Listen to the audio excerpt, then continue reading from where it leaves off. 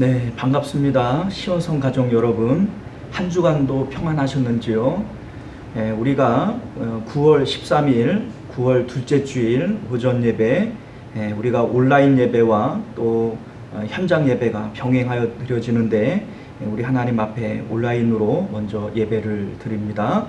우리 다 같이 묵도하시겠습니다.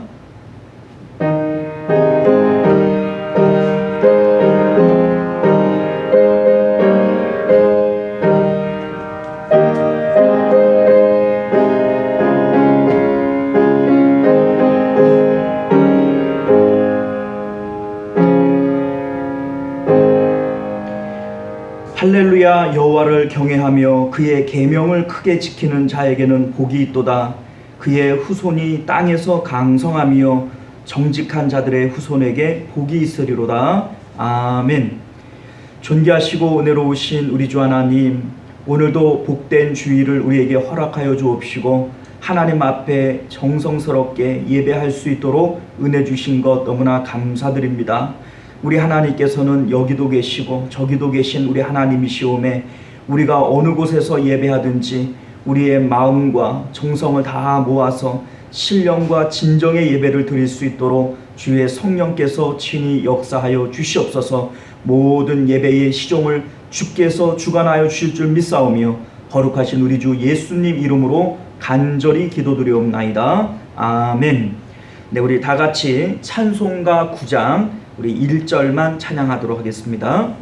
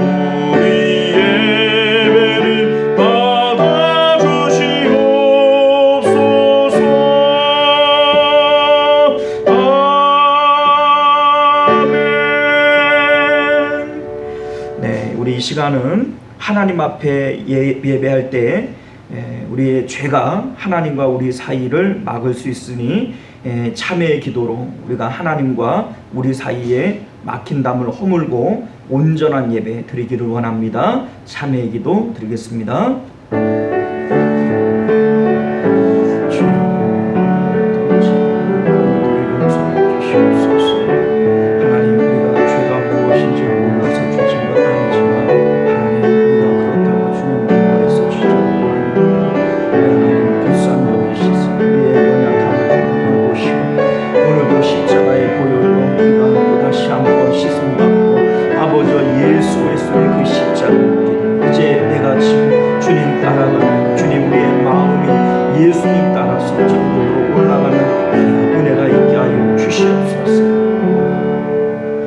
너희는 여호와를 만날 만한 때에 찾으라. 가까이 계실 때에 그를 부르라. 악인은 그의 길을, 불의한 자는 그의 생각을 버리고 여호와께로 돌아오라. 그리하면 그가 긍휼히 여기시리라. 우리 하나님께로 돌아오라. 그가 너그럽게 용서하시리라. 아멘. 네, 이 시간은 우리 교독문 56번 시편 128편 말씀을 함께 교독합니다. 제가 봉독할 테니 여러분들은 가정에서 교독하시기를 바랍니다. 여호와를 경외하며 그의 길을 걷는 자마다 복이 있도다. 내가 내 손이 수고한 대로 먹을 것이라. 내가 복되고 형통하리로다. 내 집 안방에 있는 내 아내는 결실한 포도나무 같으며 내 식탁에 둘러앉은 자식들은 어린 감람나무 같으리로다. 여호와를 경외하는 자는 이같이 복을 얻으리로다. 여호와께서 시온에서 내게 복을 주실지어다. 너는 평생에 예루살렘의 번영을 보며 내 자식의 자식을 볼지어다. 이스라엘에게 평강이 있을지어다. 아멘. 네, 이 시간은 우리 사도신경으로 우리의 신앙을 하나님 앞에 고백합니다. 전능하사 천지를 만드신 하나님 아버지를 내가 믿사오며 그 외아들 우리 주 예수 그리스도를 믿사오니 이는 성령으로 잉태하사 동정녀 마리아에게 나시고 본디오 빌라도에게 고난을 받으사 십자가에 못 박혀 죽으시고 장사한 지 사흘 만에 죽은 자 가운데서 다시 살아나시며 하늘에 오르사 전능하신 하나님 우편에 앉아 계시다가 저리로서 산자와 죽은 자를 심판하러 오시리라. 성령을 믿사오며 거룩한 공예와 성도가 서로 교통하는 것과 죄를 사하여 주시는 것과 몸이 다시 사는 것과 영원히 사는 것을 믿사옵나이다. 아멘. 우리 찬송가 295장입니다.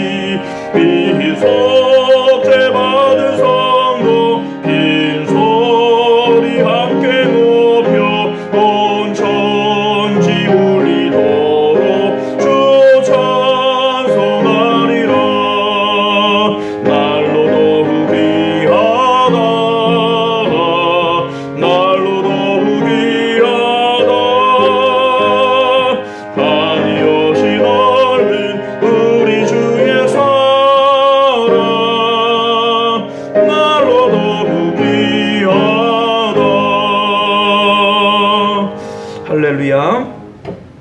네, 우리 이 시간은 하나님 말씀 봅니다. 마태복음 11장 10절에서 19절까지의 말씀, 신약성경 17면 되겠습니다. 마태복음 11장 10절로 19절까지 말씀인데 우리는 10절부터 15절까지 봉독해 올리도록 합니다. 기록된 바 보라 내가 내 사자를 내 앞에 보내노니 그가 내 길을 내 앞에 준비하리라 하신 것이 이 사람에 대한 말씀이니라. 내가 진실로 너희에게 말하노니 여자가 낳은 자 중에 세례요한보다 큰 이가 일어남이 없도다. 그러나 천국에서는 극히 작은 자라도 그보다 크니라. 세례 요한의 때부터 지금까지 천국은 침노를 당하나니 침노하는 자는 빼앗느니라. 모든 선지자와 율법이 예언한 것이 요한까지이니 만일 너희가 즐겨 받을진대 오리라 한 엘리야가 곧 이 사람이니라. 귀 있는 자는 들을지어다. 아멘. 네, 우리 잠시 기도하도록 하겠습니다. 존귀하시고 은혜로우신 우리 주 하나님, 코로나 전국으로 인하여 우리가 오늘도 온라인으로 비대면 예배를 드립니다. 우리 하나님, 주께서는 어느 곳에나 계신 편재하신 하나님이시오매 우리가 하나님을 예배하는 데 있어 장소가 중요하겠습니까? 우리 하나님, 우리가 어느 곳에서 드리든지 우리의 마음이 하나님께로 올라가는 온전한 예배 될 수 있도록 은혜를 베풀어 주옵소서.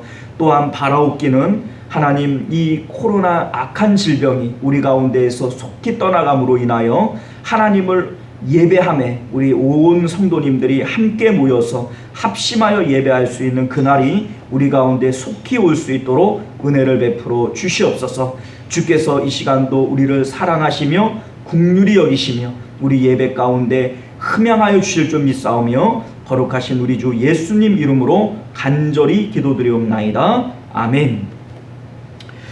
네, 반갑습니다.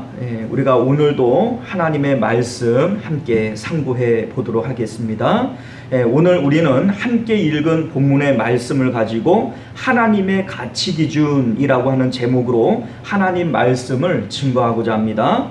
먼저 우리는 마태복음 내에서 오늘 말씀이 우리에게 어떤 주제에 대해서 말씀하시는가라고 하는 것을 살펴보기 위해서 마태복음 전체 구조 가운데에서 오늘 본문의 위치를 좀 먼저 파악해 보고자 합니다. 마태복음은요, 9장에서 복음이 무엇인지에 대해서 구조적으로 5단계에 걸쳐서 우리에게 말씀을 하고 있었습니다. 그 가운데 마지막 5번째 단계가 무엇이냐면, 복음은 그 은혜를 깨닫고 말씀을 전파하는 것, 복음을 증거하는 것이 마지막 5번째 단계였고요. 그래서 예수님께서는 추수할 것은 많되 일할 일꾼이 부족하다고 그렇게 말씀하시면서 아버지께 구하여서 일꾼을 보내달라 이렇게 기도하라고 제자들에게 당부를 하셨죠. 그리고 이어지는 10장에서 그 주제가 전도로 바뀌어지게 되어집니다. 그리고 이제 11장에서는 전도의 핵심은 천국이기 때문에 11장의 핵심은 바로 천국에 대한 이러한 내용으로 이루어지게 되는 것입니다. 11장은 크게 세 가지의 주제로 다루어질 수 있는데요. 첫 번째는 천국의 위치에 대한 내용이에요.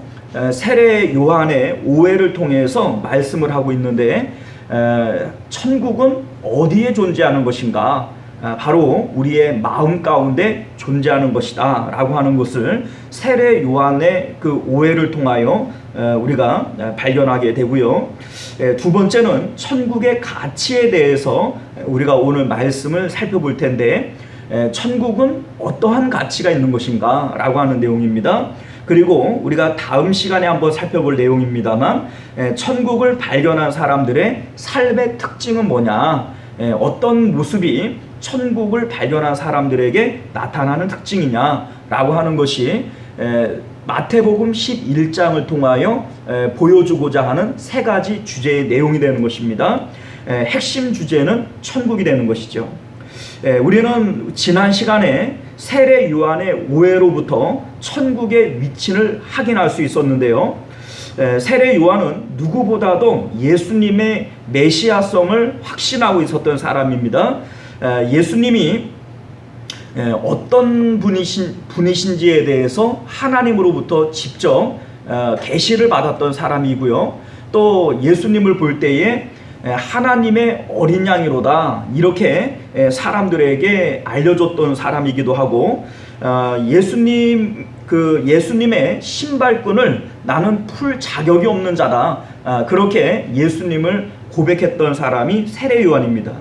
그런데 그러한 세례 요한이 예수님께 대한 믿음이 흔들려서 제자들을 예수님께 보내서 이러한 질문들을 하지요.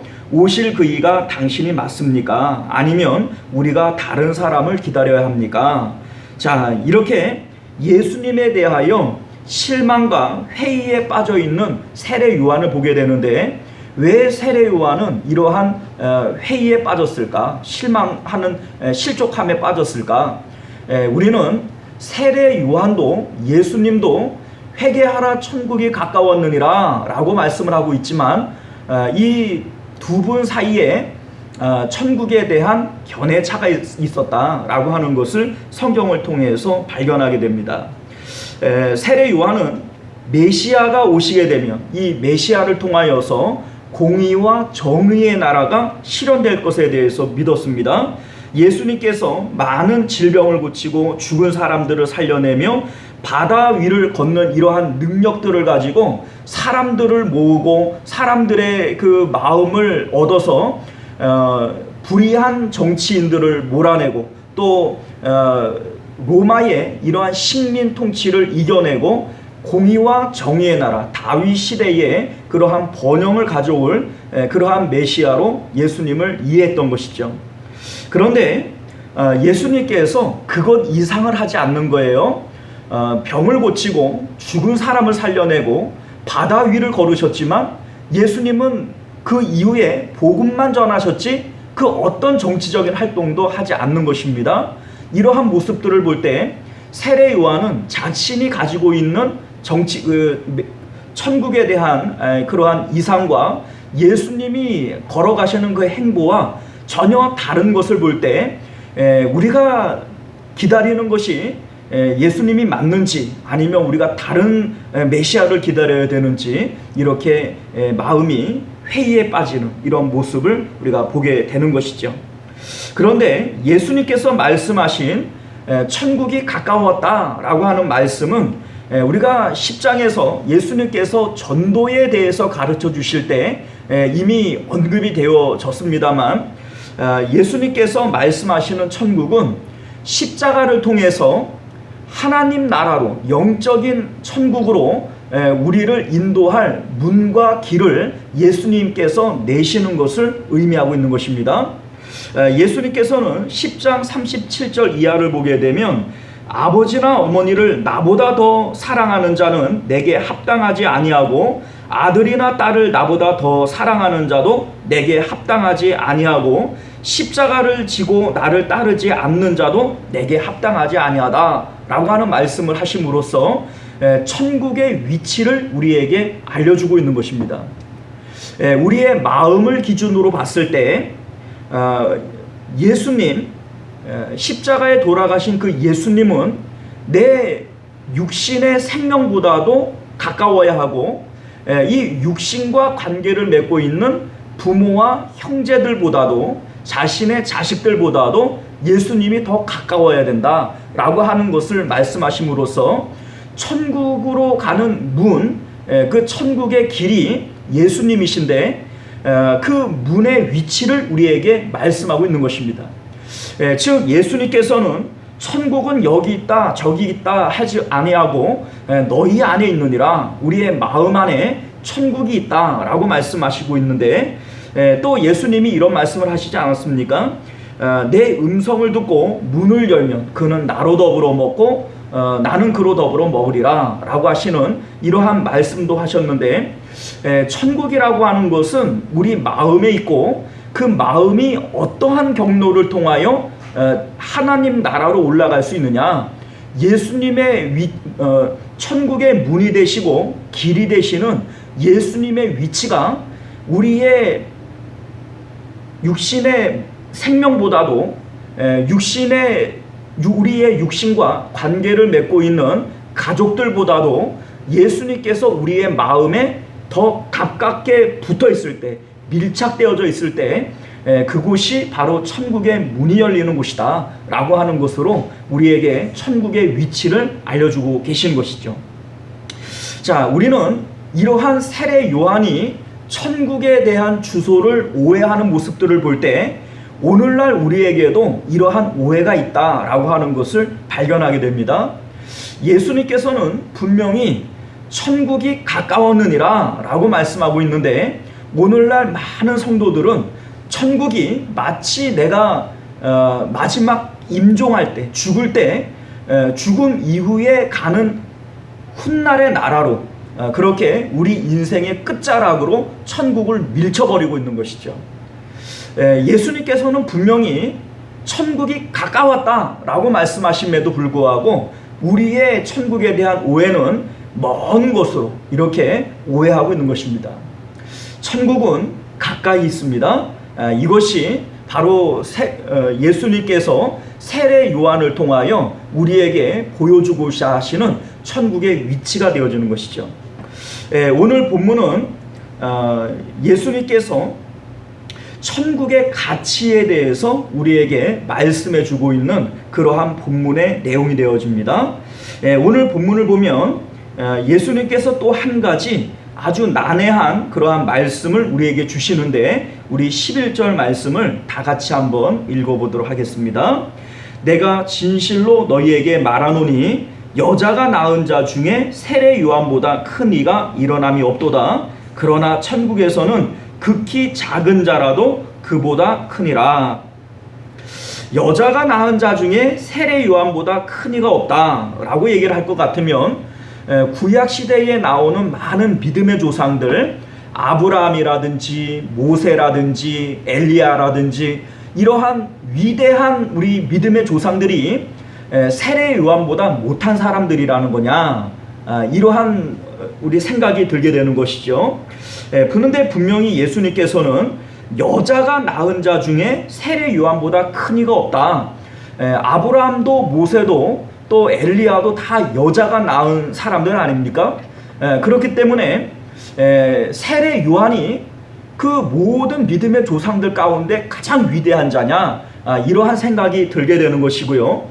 또 한 가지 이상한 것은 뭐냐면, 그러나 천국에서는 극히 작은 자보다 작은 자도 그보다 크니라 라고 말씀하고 있습니다. 우리가 알다시피 아브라함이나 모세나 엘리야나 이러한 사람들은 다 천국에 들어간 인물들 아니겠어요? 세례 요한도 또 천국에 들어가지 않겠습니까? 그런데 천국에서는 또 그 사람, 세례 요한은 그 사람들보다 작은 자라는 거예요. 그러면 이 말씀은 서로 모순이 섞여 있는 그러한 말씀이 되지 않겠습니까? 자, 이 말씀이 도대체 무슨 뜻인지 이 말씀을 해석함으로써 우리는 천국이 어떠한 가치를 가지는가, 예수님께서 말씀하고자 하시는 그러한 목적이 뭐냐라고 하는 것을 발견해 보기를 원합니다. 자, 예수님께서 사람의 크고 작음에 대해서 말씀하시는 기준은 가치라고 하는 것과 관련이 있습니다. 가치라고 하는 것은요, 사람들마다 소중하게 여겨서 가지고 싶은 것, 또 그것을 가졌을 때 내 마음에 얼마만큼의 기쁨과 만족을 주느냐라고 하는 그 크기를 통해서 우리는 가치를 측정할 수 있습니다. 그리고 사람들마다 소중하게 생각하는 것이 다르기 때문에 가치라고 하는 것도 다 다르다라고 하는 것을 발견하게 됩니다.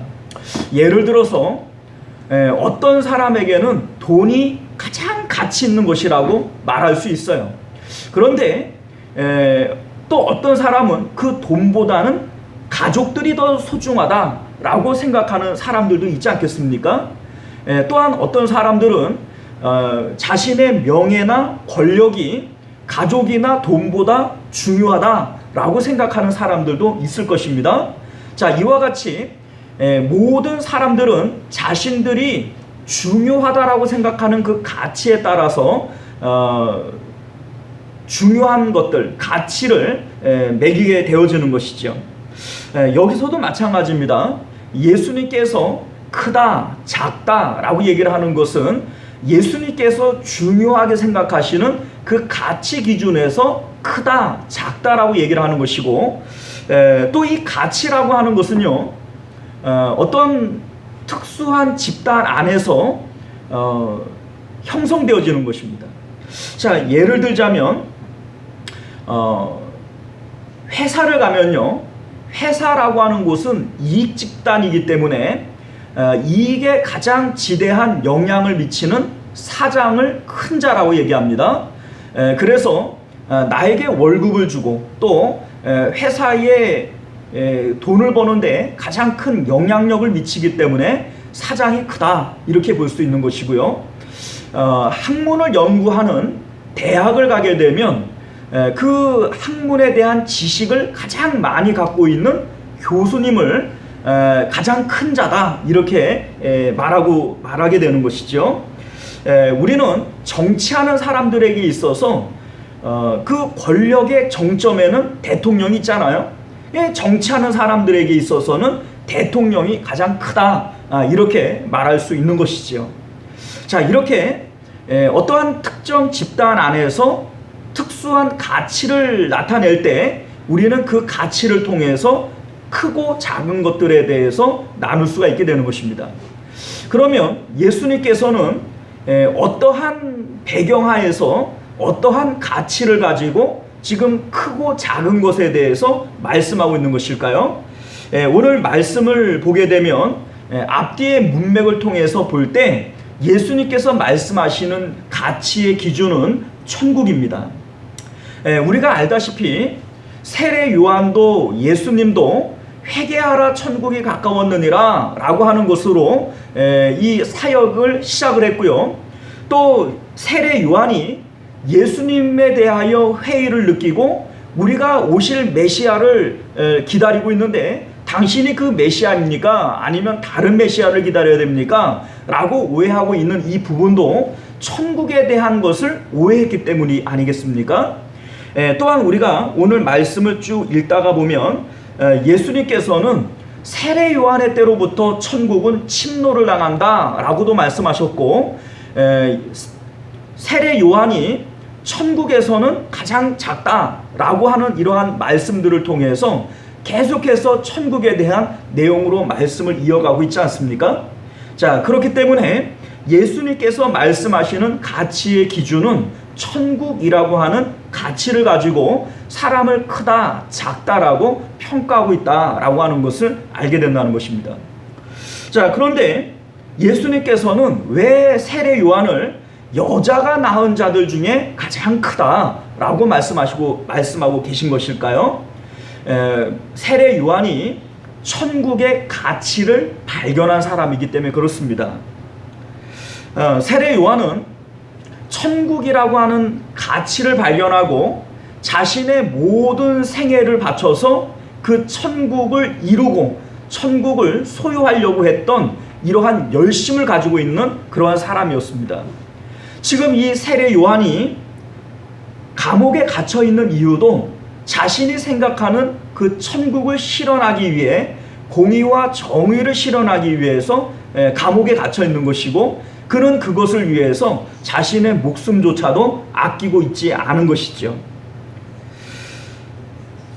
자, 이 천국의 가치가 얼마나 큰 것인가, 이에 대해서 예수님께서는 14절에 보면 이러한 말씀을 이어가십니다. 만일 너희가 즐겨받을진대 오리라 한 엘리야가 곧 이 사람이니라. 세례 요한에 대해서 예수님께서는 엘리야가 바로 이 세례 요한이다 라고 말씀을 하고 있습니다. 자, 그런데 이상한 것은 엘리야는 불의 선지자고 많은 능력을 행했던 그런 선지자예요. 그러나 우리는 성경을 통해서 세례 요한이 그러한 능력을 나타냈다라고 하는 그러한 내용을 찾아볼 수가 없습니다. 세례 요한은 이러한 엘리야의 이적적인 부분을 행한 적이 없는 그러한 사람이라는 것이죠. 그렇다면 왜 예수님은 성경을 언급하면서 엘리야가 오리라 했는데 세례 요한이 엘리야라 라고 얘기를 할까요? 엘리야의 또 다른 특징이 있습니다. 그는 죽음을 맛보지 않고 천국으로 올라간 사람이에요. 그가 다시 오리라 했고 왔다라고 얘기를 한다면 그는 어디로부터 온 것입니까? 바로 천국으로부터 온 것이죠. 그렇기 때문에 엘리야가 왔다라고 한다면 이 엘리야는 천국에 대한 소식을 가지고 오고 그 천국의 마음이 사로잡혀 있는 사람일 수밖에 없다라는 겁니다. 세례 요한을 엘리야다라고 얘기를 할 때 세례 요한은 천국에 대한 소식을 전해줬지요. 회개하라 천국이 가까웠느니라 라고 말씀함으로써 천국에 대한 소식을 전해줬을 뿐만 아니라 그 마음이 천국에 사로잡혀 있는 이러한 인물이기 때문에 성경은 엘리야다라고 말씀하고 있는 것입니다. 예수님께서 세례 요한을 여자가 낳은 자들 중에서 가장 큰 자다라고 말씀하신 이유가 바로 여기 있는 겁니다. 세례 요한이 천국의 가치에 대해서 눈을 떴기 때문인 것이죠. 세례 요한이 천국의 가치에 대해서 눈을 뜬 것이 왜 큰 것인가 라고 하는 것을 우리는 변화산 사건을 통해서 보다 구체적으로 확인할 수 있습니다. 예수님께서 베드로와 야고보와 요한을 데리고 변화산으로 올라가셨는데 제자들은 예수님의 얼굴이 변화되어지는 천국의 작은 특징을 하나 맛보고서도 그곳에다가 집을 짓고 그곳에서 살기를 요구했습니다. 제자들은 산 아래에 자신들이 책임져야 할 가족들이 있었고 또 자신들의 야망과 이루고 싶은 꿈이 있었습니다. 그럼에도 불구하고 천국을 조금만 맛보고서도 그 모든 것을 포기하고 내려놓을 만큼 천국의 가치라고 하는 것은 매우 큰 것이죠.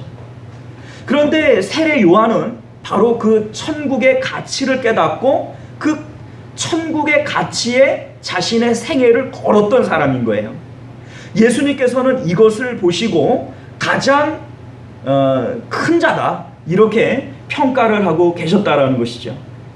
그런데 우리가 이해가 안 가는 또 한 가지의 부분이 있다라는 것은요, 세례 요한에 대해서 천국에 여자가 낳은 자 중에서는 가장 크다라고 표현을 했는데 천국에서는 지극히 작은 자도 그보다 크다라고 말씀하셨던 이 부분이 또한 이해가 안 가는 것이죠.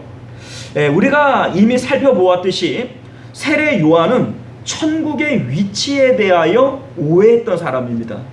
다시 말해서 천국의 주소를 몰랐던 거예요. 주소를 모르니 세례 요한은 천국을 찾아갈 수가 없는 것이죠. 천국에 대해서 가치를 깨닫고 천국을 가지고 싶은 마음은 있지만 천국의 주소를 모르니 천국을 소유할 수 없는 인물, 이것이 바로 세례 요한의 현재의 처지였던 것이죠. 그래서 예수님께서는 이 세례 요한에 대해서 장례식의 비유를 했습니다. 우리 17절과 18절을 보면 이렇게 기록되어져 있잖아요. 이르되 우리가 너희를 향하여 피리를 불어도 너희가 춤추지 않고 우리가 슬피 울어도 너희가 가슴을 치지 아니하는도다 함과 같도다. 요한이 와서 먹지도 않고 마시지도 아니하매 그들이 말하기를 귀신이 들렸다 하였더니, 자, 세례 요한은요 슬피 울며 가슴을 치고 또 먹지도 않고 마시지도 않았다, 이렇게 표현을 해요. 왜 그렇습니까? 세례 요한은 천국을 누리지를 못했던 거예요. 그러니까 예수님께서 세례 요한의 삶을 장례식에 비유를 합니다. 자, 그런데 반면에 예수님께서는 19절에 인자는 와서 먹고 마심에 말하기를 보라 먹기를 탐하고 포도주를 즐기는 사람이요 세리와 죄인의 친구로다 하니 지혜는 그 행한 일로 인하여 옳다함을 얻으리라. 자, 예수님께서는 오셔서 먹고 마시고 포도주를 즐겼어요. 그런데 이 내용은 우리가 앞절의 9장에서 살펴봤지만 혼인잔치와 관련이 있는 겁니다. 세례 요한의 삶은 장례식에 비유할 수 있다면 예수님의 삶은 혼인잔치에 비유할 수 있다는 거예요. 자, 이것이 어떤 차이입니까? 예수님은 천국을 실질적으로 살아감으로 인해서 혼인잔치였는데 세례 요한은 천국의 가치는 발견했지만 천국을 누리지 못했기에 장례식에 비유하고 있는 것입니다. 자, 우리가 비록 세례 요한과 같이 위대한 사람은 아니에요. 그러나 예수님께서 세리와 죄인들은 혼인잔치에 들어가지 않습니까? 그러니까 세리와 죄인들이 천국을 누렸기 때문에 세리와 이 죄인들은 유대 사회에서 가장 작은 자로 이렇게 예표가 됐던 사람들 아닙니까? 그러니 지극히 작은 자도 세례 요한보다 크다라고 얘기를 할 때 실질적으로 예수님으로 인하여서 마음의 기쁨을 누리고 천국을 누리는 이 세리와 죄인들이 세례 요한보다 크다라고 표현했던 것이죠. 우리는 세례 요한보다 위대한 인물은 아니에요. 그러나 우리가 예수님을 통해서 십자가를 통해서 하나님 나라의 기쁨을 누리고 우리 마음이 주님을 따라서 천국으로 들어간다면 예수님께서는 우리가 세례 요한보다 크다라고 평가를 해 주실 거라는 것이죠. 사랑하는 성도 여러분, 우리는 하나님께서는 우리를 평가하실 때 세상의 기준으로 우리를 평가하지 않습니다.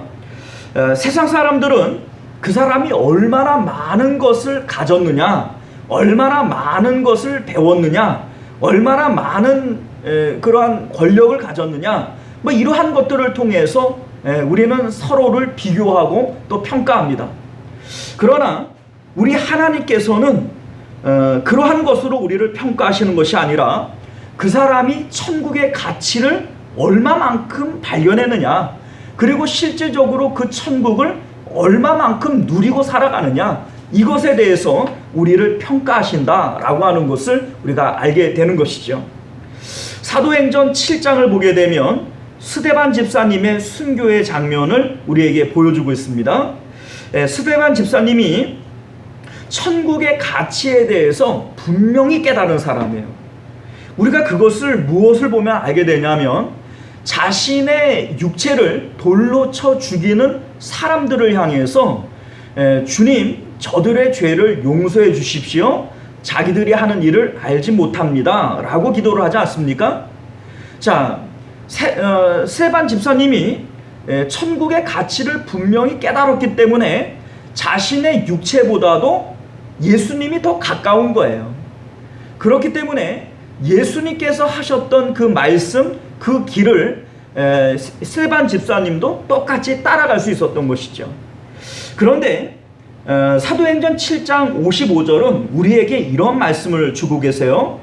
스데반이 성령이 충만하여 하늘을 우러러 주목하여 하나님의 영광과 및 예수님께서 하나님 우편에 서신 것을 보고 말하되 보라, 하늘이 열리고 인자가 하나님 우편에 서신 것을 보노라 한데, 자, 여러분들, 스데반 집사님의 영안이 열려서 하늘이 열리고 하나님의 보좌와 그 옆에 예수님께서 보좌에서 벌떡 일어나 서신 것을 보노라 라고 얘기를 했다는 겁니다.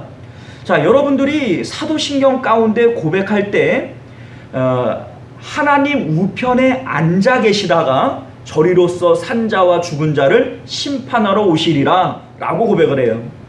예수님께서는 하나님 보좌 우편에 앉아 계셔야 돼요. 그런데 그 예수님께서 스데반 집사님의 순교의 순간에 그 보좌에서 벌떡 일어나셨다라는 얘기죠. 자, 우리가 일반적으로 생각해 볼 때 누군가가 올 때 어떤 사람이면 그 자리에서 일어나겠어요? 하찮은 사람이 오면은 일어납니까? 위대한 사람이 오면 일어납니까? 위대한 사람이 올 때 일어나는 거예요. 하나님께서, 예수님께서 스데반 집사님을 위대하게 보신 겁니다. 왜요? 스데반 집사님은 천국의 가치를 발견했을 뿐만 아니라 그 마음 가운데 천국을 이루어 예수님이 가신 그 길을 똑같이 따라가는 그러한 제자였기 때문인 것이죠. 하나님께서 어떠한 가치로 우리를 평가하시고 어떠한 가치로 우리를 크다라고 얘기를 하시는지 단적으로 보여주시는 그러한 본문이라 이렇게 말씀드릴 수 있겠습니다. 끝으로 우리는 본문 속에서 천국을 진정으로 발견한 사람들의 반응에 대해서 예수님께서 말씀하시는 본문을 찾아볼 수 있습니다. 우리 12절 말씀 우리 같이 한번 읽어봅니다. 세례 요한의 때로부터 지금까지 천국은 침노를 당하나니 침노하는 자는 빼앗느니라. 자, 예수님께서는 천국에 대해서 말씀을 하시면서 우리가 천국 들어가는 그것을 침노를 당한다. 여기서 말하는 이 침노라고 하는 것은 적군이 다른 나라를 침략하는 것을 침노한다 라고 얘기하지 않습니까? 또한 여기에 보면 빼앗느니라 라고 얘기를 하고 있는데, 이 빼앗는 것이 뭐예요? 빼앗는 것, 이것은 강도나 뭐 이러한 어떤 포악한 사람들이 원치 않는 것을 강제로 강탈하는 것을 빼앗는다 라고 얘기하는 것 아니겠습니까? 우리가 하나님의 자녀의 신분을 얻어서 하나님 나라 들어가는 거라 우리는 그렇게 생각하고 있는데, 예수님께서는 왜 침략을 당한다, 빼앗는다 라고 하는 표현으로 이렇게 천국에 대해서 설명하고 있는 것일까요? 자, 여기에는 두 가지 이유가 있습니다. 첫 번째, 우리가 자격이 있어서 천국에 들어간다라고 생각할 수 있겠습니다만, 우리는 천국에 들어갈 만한 자격이 없는 사람들이에요. 우리가 예수님을 믿는 것은 9장에서 설명하고 있는 것처럼 마치 혈루병 걸린 여인이 자신의 어떤 신분을 속이고 예수님에게 손을 대는 것과 같다라고 하는 설명을 드린 적이 있습니다. 혈루병에 걸린 여인은 자신만 부정할 뿐만 아니라 자신이 손을 대는 모든 사물들, 모든 사람들까지도 부정하게 만들기 때문에 감히 랍비라고 불려지는 예수님에게 손을 댈 수 없는 사람이에요. 그럼에도 불구하고 이 여인은 모든 체면과 어떤 자신의 그런 그 더러움에도 불구하고 예수님에게 손을 대요. 이것이 믿음이다 라고 우리가 말씀을 드렸습니다. 근본적으로 우리는 천국에 들어갈 만한 자격이 없는 사람들이요, 강도와 같은 사람들이에요. 예수님께서 십자가에 못 박히실 때 한평 강도를 구원하셨어요. 이것은 극히 상징적인 내용입니다. 천국에 들어갈 수 없는 우리들, 강도와 같은 우리들, 그러한 우리들이 예수님의 은혜로 천국에 들어가는 것, 이것을 예수님께서는 한평 강도를 구원해 내심으로써 상징적으로 우리에게 보여주고 있는 것이죠. 그래서 천국에 들어갈 자격이 없는 우리들이 천국에 들어가기 때문에 침략을 당한다, 침노한다 라고 하는 표현을 사용하는 것입니다. 또한 그렇다면 우리는 예수님께서 천국은 은혜로 들어가는 것이다 라고 얘기를 하면 되지, 굳이 강도와 같이 빼앗는다 이렇게 표현할 필요가 있었겠는가? 뭐 아다르고 어다른데 이렇게 그 과격한 표현을 쓸 필요가 있겠는가? 이런 생각이 또 들지 않습니까?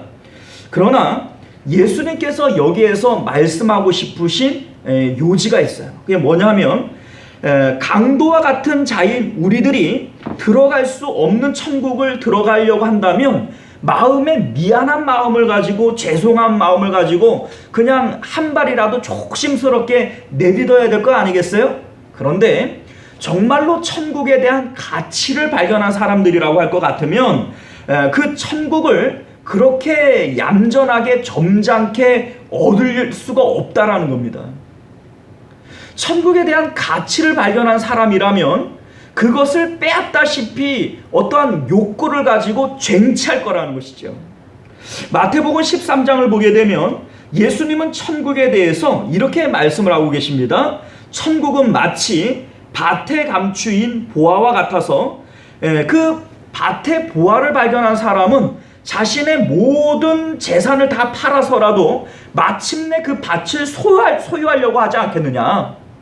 또한 천국은 마치 값진 진주를 발견한 사람과 같아서 자신의 모든 소유를 다 팔아서 그 값진 진주 하나를 얻으려고 하지 않겠느냐라고 하심으로써 천국에 대해서 설명을 했습니다. 여기서도 마찬가지예요.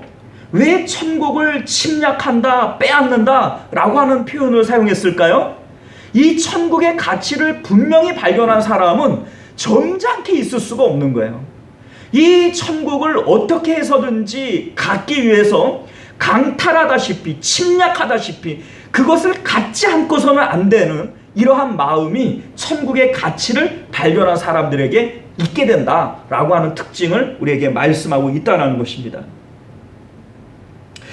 세례 요한은 이러한 가치에 대해서 눈을 떴지만 이 천국을 맛보지는 못했기 때문에 예수님께서 여자가 낳은 자 중에서는 가장 크지만 천국에서는 지극히 작은 자보다 작은 자도 그보다 크다라고 하시는 말씀으로 상징적인 표현을 사용한 것이죠.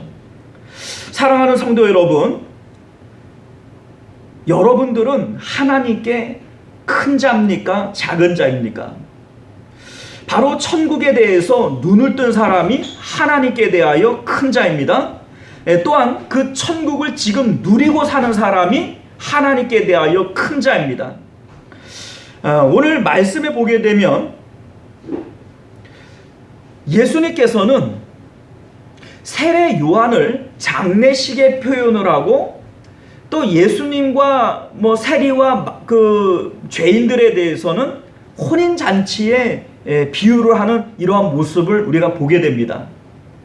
그런데 바리새인들, 서기관들, 대제사장들 이러한 사람들은 장례식에도 혼인잔치에도 관심이 없어요. 피리를 불어도 춤을 추지 않고 또 가슴을 치며 고글해도 울지 않습니다. 자, 이것이 우리에게 무엇을 얘기해 줍니까? 하나님께서는요, 세상에서는 존경받는 서기관이고 대제사장이고 바리새인이라고 할지라도 천국에 대한 가치를 깨닫지 못하는 그들을 하나님께서는 외인처럼 취급하시는 거예요. 가치 없는 인생으로 취급하신다는 겁니다.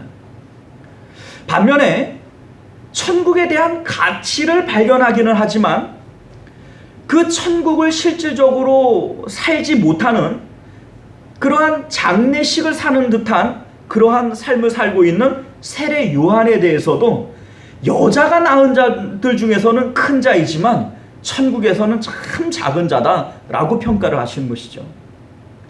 그러나 세리 또한 죄인들, 세상에서는 지극히 작다라고 평가받는 그들이라 할지라도 실질적으로 천국의 가치를 발견하고 예수님을 통하여 천국을 혼인잔치와 같이 누리고 있는 그들을 향해서 하나님께서는 천국에서 큰 자다 이렇게 평가를 하고 있다는 것입니다. 사랑하는 성도 여러분, 저와 여러분들은 천국에 대한 가치를 발견할 뿐만 아니라 그 천국을 오늘날 살아감으로써 하나님 앞에 크다, 더욱 크다 라고 평가받을 수 있는 저와 여러분들이 되시기를 주님 이름으로 축원드리겠습니다. 기도하겠습니다. 존귀하시고 은혜로우신 우리 주 하나님, 우리는 세상 가운데에서 크다라고 하는 평가를 받기 위해서 애를 쓰고 살아갑니다. 아침에 일찍 일어나고 저녁에 늦게 눕고 그렇게 열심히 살아가는 이유가 세상에서 성공하고 큰 자라 평가받고 싶기 때문입니다. 그러나 우리가 정작 하나님 앞에서 큰 자로 평가받는 것은 세상에서 얻은 우리의 소유나 우리의 지식이나 우리의 어떤 권세로 하나님 앞에 평가받지 않습니다. 우리 하나님의 가치 기준은 천국의 가치 기준이요, 천국의 가치를 발견하고 예수님을 통해서 오늘날 그 천국을 누리며 살아가는 그것을 하나님께서는 크다, 더욱 크다 라고 우리를 평가해 주신다는 것이죠. 우리 하나님, 우리가 하나님 앞에 그렇게 큰 자로 여겨질 수 있게끔 예수님을 통해서 오늘도 우리는 천국을 누리며 그렇게 살아가는 저희들 되도록 은혜 베풀어 주시옵소서. 거룩하신 우리 주 예수님 이름으로 간절히 기도드리옵나이다. 아멘. 네, 우리 찬송가 215장 우리 찬양하심으로써 하나님 앞에 예물을 봉헌하도록 합니다.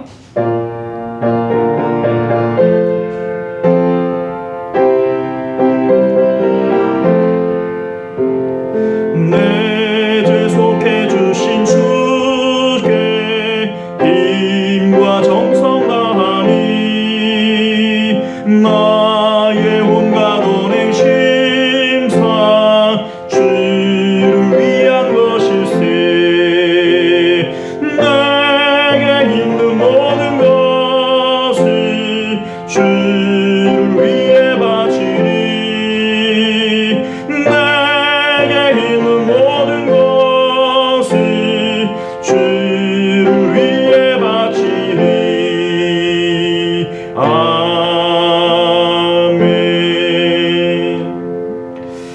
네, 우리 주보를 참조해서 교회 소식 전해드리도록 하겠습니다.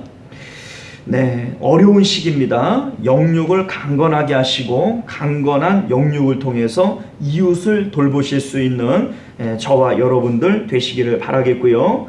오늘도 우리는 정부의 방침으로 인해서 비대면 온라인 예배와 현장 예배를 병행하여 드립니다. 어느 곳에서 드리는 예배가 되든지 하나님께서 기뻐하시는 산 제사가 되는 온전한 예배 되기 위해서 힘쓰시기를 부탁드리겠고요. 예배 안내 드립니다. 정부의 방침이 중소교회의 경우 20인 이하의 예배를 허용이 되어지므로 주중에도 수요 예배와 금요 기도회, 또 우리 주일날 유초동부 예배와 학생부 예배는 여전히 진행이 되어집니다. 참고하시기를 바라겠고요. 예배 시간 변경에 대해서 안내드립니다. 수요 예배와 금요 기도회를 당분간 오후 7시에 동일한 시간에 모이도록 하겠고요. 우리 각 전도회 9월 정기 원래회는 9월 마지막 주로 일단 연기하겠습니다.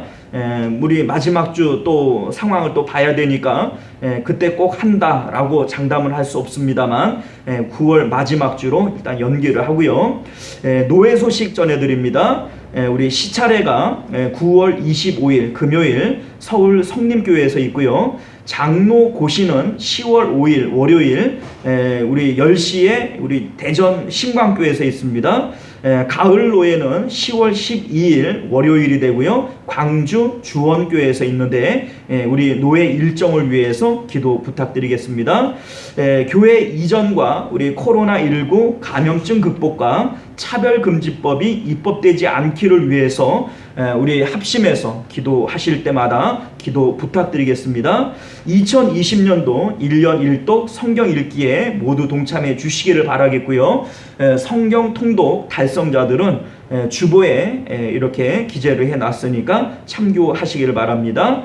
우리 환우들과 성도님들의 생업을 위해서 기도 부탁드리겠고요. 구체적인 기도의 요청은 중보 기도함을 이용해 주시면 감사하겠습니다. 우리 찬송가 436장 우리 1절만 찬양하시고 축도로 예배를 마치도록 합니다.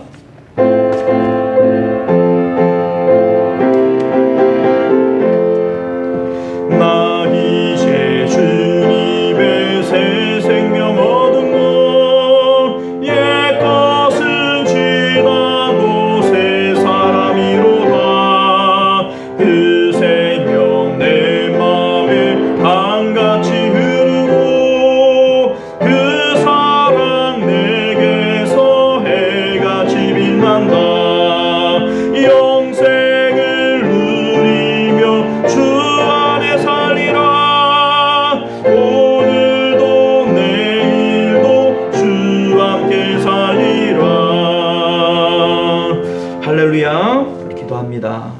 지금은 우리를 위하여 십자가상 위에서 구원의 길 천국 가는 문과 길을 내어주신 예수 그리스도의 은혜와 하나밖에 없는 외아들을 우리를 위하여 아낌없이 내어주신 하나님 아버지의 극진하신 사랑하심과 오늘도 우리 안에서 착한 일을 계획하시고 또 실행하시는 성령 하나님의 인도 보호하심이 오늘도 말씀을 따라 마음의 천국의 가치를 깨닫고 또 그 천국을 살아가기를 원하는 우리 모든 성도님들과 그들의 가정과 그들의 자녀들과 그들의 생업과 우리 시온성교회와 만국교회 가운데 지금으로부터 영원토록 함께 있을지어다. 아멘.